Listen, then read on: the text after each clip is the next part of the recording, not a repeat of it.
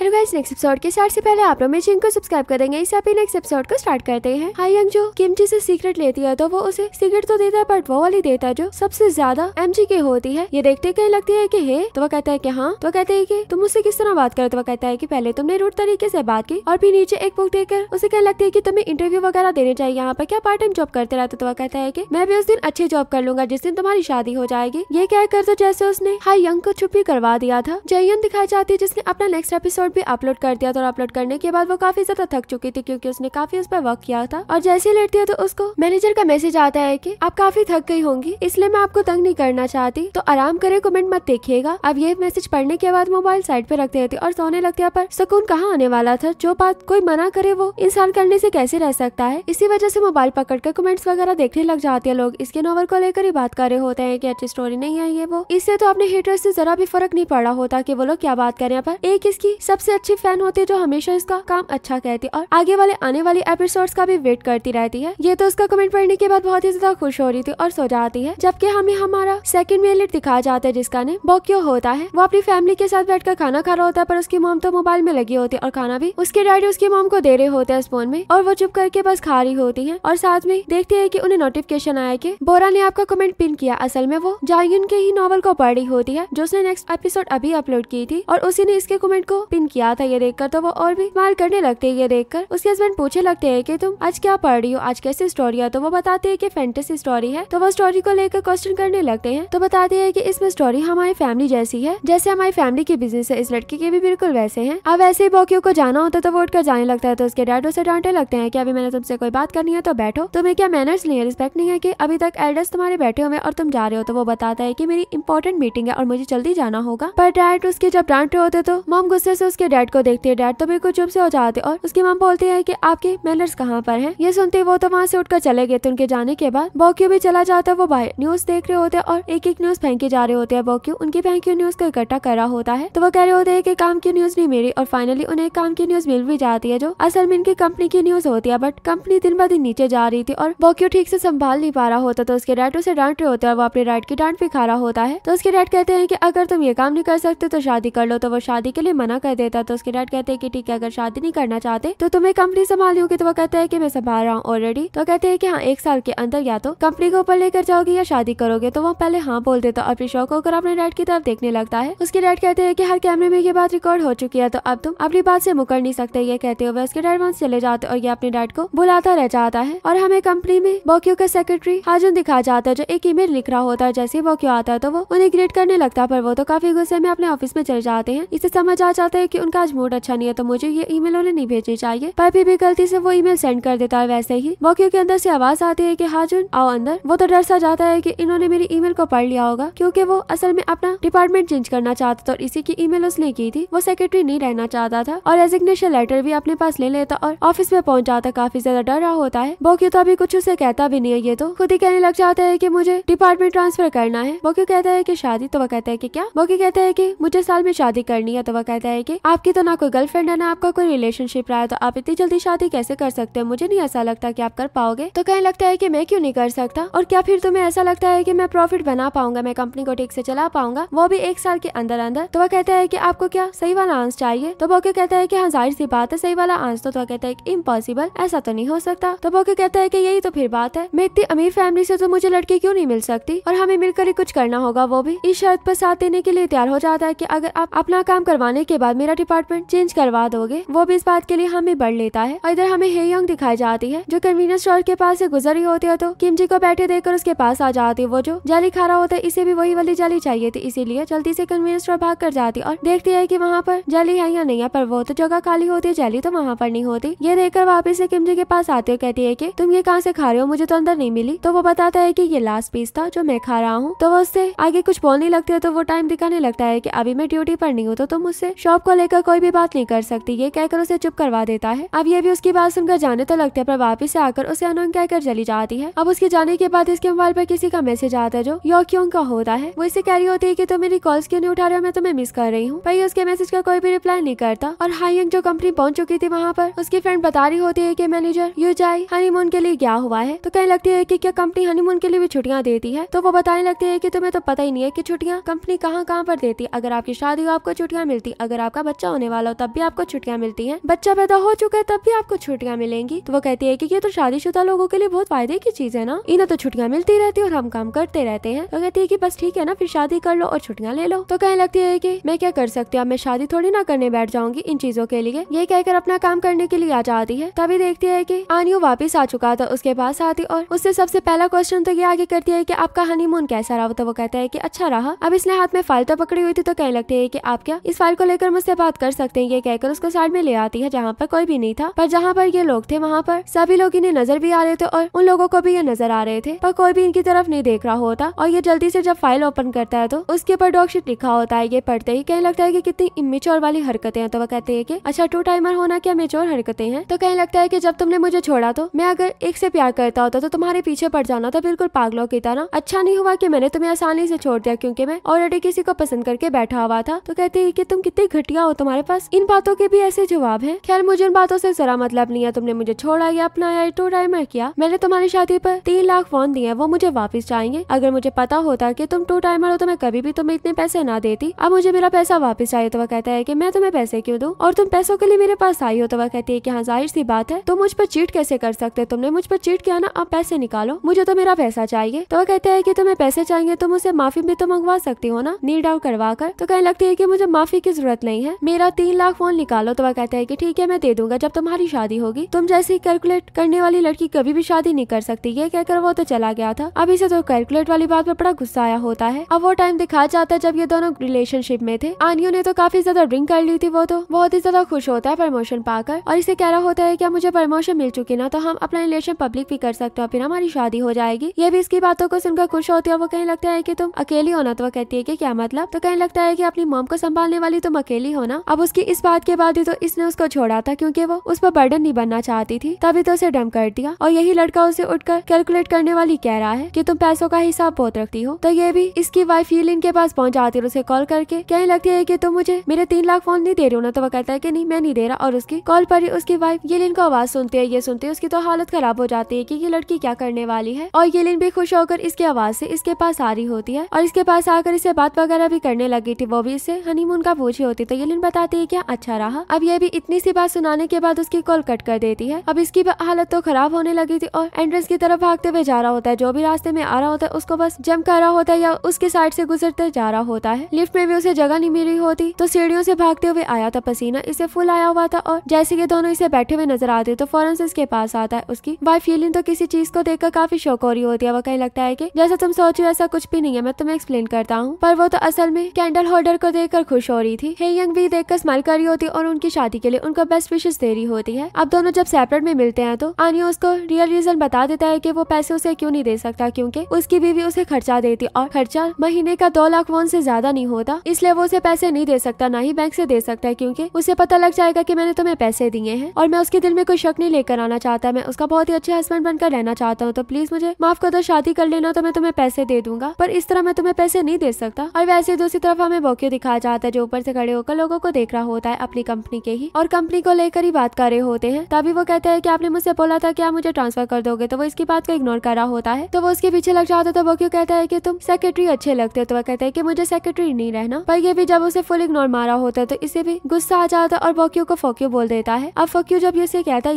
ये तो वापिस से उसके पीछे लग जाता है कि तुमने मेरा नाम क्या बोला। तो वो कहता है कि गलती हुई है, मैं आपका नेम ऐसे नहीं लेना चाहता था। और हेयंग दिखाई जाती है जो आई रही होती है वापिस, तो उसकी फ्रेंड उसको अपने पास बुला लेती है और कहती है कि क्या तुमने ये देखा, जो उसको असल में कॉन्टेस्ट दिखा रही होती है जो कंपनी में होने वाला था। ये देखती वो तो बड़ी खुश हो जाती है और कहने लगती है कि मुझे प्रमोशन मिल जाएगा जैसे ही मैं इसमें पार्टिसिपेट करूंगी। तो कहती है कि तुम इसमें पार्टिसिपेट नहीं कर सकती। अब ये सुनकर तो हायों को चाहता है कि मैं क्यों नहीं कर सकती। तो वो बताती है कि इसमें कोई भी लड़की पार्टिसिपेट नहीं कर सकती। कहती है कि ऐसा नहीं हो सकता, बल्कि एक लड़की है। तो कहती है कि उसकी शादी हुई है, वो सिंगल नहीं है। सीईओ कभी भी सिंगल लड़कियों को ऐड नहीं करते। तो कहने लगती है कि उस सीईओ बोक्यो के लिए क्या मैं शादी करवाऊं? ना जी, ऐसा नहीं हो सकता, लगता है कि मेरा प्रमोशन ऐसे ही रह जाएगा। ये कहकर वहाँ से जाने लगती है। वैसे वहाँ से सीनियर गुजरने लगते हैं तो बहुत अच्छे से उन्हें ग्रीट करती और वापिस से अपनी जगह पर आकर बैठ जाती है काम करने के लिए। और अभी भी इसके फेस पर स्माइल होती है। किमजे दिखाया जाता है जो अपनी पार्ट टाइम जॉब कर रहा था। वैसे ही वहाँ पर हेयोंग की एंट्री होती है जो अपनी ड्रिंक वगैरह बनाकर बाहर बैठकर पीने लगती है। और ड्रिंक पीने के बाद अंदर वापिस से कन्वीनियंस स्टोर में आती है तो ड्रिंक्स वगैरह को नहीं देख रही होती, बल्कि दूसरी साइड में उसे किमजे जो नजर आ रहा होता है उसे देख रही होती है। वो भी बाहर आकर इसे पूछता है कि आपको क्या कुछ चाहिए। तो कहने लगती है कि हाँ मुझे ग्रूम चाहिए। तो वो कहता है है कि ब्रूम मतलब झाड़ू, तो कहती है कि नहीं मुझे ग्रूम चाहिए जो ब्राइड के साथ होता है। वो तो इसकी बात सुनकर बड़ा शौक सा होता है और ये भी उसके मुंह पर डायरेक्ट बोल देती है कि क्या तुम बनोगे मेरे ग्रूम। ये सुनकर तो वो और भी ज्यादा शौक में चला गया था। और वैसे दिखाया जाता है कि जब 6 मंथ पहले के इसके कन्वीनियंस स्टोर के बाहर बैठकर दोनों बात कर रहे थे तब इसने उन दोनों की बातों को सुन लिया था। और जब आनियो चला गया था तो उसके जाने के बाद ये उसके साइड में आकर बैठ गया था, यहाँ तक कि उसको सीक्रेट भी देता और ये भी उसकी दी हुई सीक्रेट को एक्सेप्ट कर लेते, यहाँ तक कि उसको लाइटर भी जलाकर उसके आगे कर देता है कि चलाकर सिगरेट पी लो। और वो भी बहुत मजे से पीने लगती है। और यहीं पर हमारा ये पार्ट भी एंड हो जाता है। वीडियो अच्छी लगे तो वीडियो को लाइक करना।